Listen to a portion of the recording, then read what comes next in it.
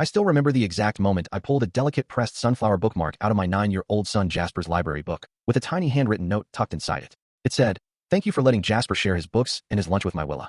It means more than you know." My throat went tight. I'm a branch manager for the Chicago Public Library. I bring home armfuls of books for Jasper every week, and I had no clue who Willa was, or why her mom was thanking me. When Jasper came home from school that day, I held up the bookmark in the note and asked him what was going on. He just smiled, like it was the most normal thing in the world, and said, "Oh, that's from Willa's mom. Willa doesn't have any books at home, and she never has a hot lunch, so I check out 2 copies of every book I read, and split my sandwich with her every day. I even let her sit with me in the library at recess, so she doesn't have to be outside in the cold." My heart melted into a puddle, but a sharp twist of worry hit me too. Why didn't Willa have any books or enough to eat? The next morning, I packed an extra sandwich, a juice box, and a stack of brand new kids' chapter books in Jasper's backpack. He hugged me so tight I could barely breathe, and said, "Thanks, Mom. Willa's gonna cry. She's been wanting to read the new Percy Jackson book forever." I dropped him off and headed to the library, but I couldn't stop thinking about Willa and her mom. That afternoon, I got a call from Jasper's elementary school librarian, Ms. Lopez. My stomach dropped.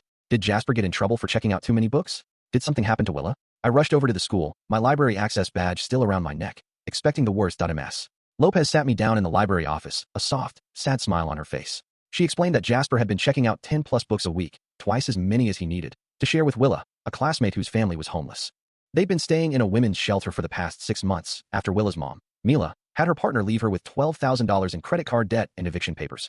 Mila had been a children's librarian for 8 years, but after they became homeless, she couldn't get a full-time library job. Every position required a permanent address, and the gap in her resume from leaving her last job to care for Willa when she got sick made it even harder. She was working 3 jobs, retail at a bookstore, food delivery at night, and babysitting on the weekends, just to keep them in the shelter, and there was nothing left for books, or even a full lunch for Willa every day. I was so proud of Jasper I could have burst into tears, but my chest ached so badly for Mila. No parent should have to choose between a safe place to sleep and a book for their kid. I told Ms. Lopez I'd keep sending extra food and books, no questions asked. That evening, there was a knock on my apartment door. A woman with a tired face and a library lanyard around her neck stood there, holding a crumpled envelope. "You're Jasper's mom?" she asked, voice trembling. "I'm Mila, Willa's mom." She looked like she'd been running on fumes for months. She tried to hand me the envelope, stammering that it was $45, all the cash she had, to pay me back for the books and the food. I pushed it back gently. "Keep it. Jasper loves sharing his books with Willa, and we're happy to help." She broke down crying right there on my doorstep, telling me she'd applied to every library in the city, but no one would give her a chance without a permanent address. That's when the idea hit me. "Do you have your resume with you?" I asked. She nodded, pulling a folded copy from her pocket. "My library branch is hiring a full-time circulation supervisor. The position comes with a signing bonus that's more than enough for a security deposit on an apartment, and I can vouch for you to the hiring committee. You're exactly who we need."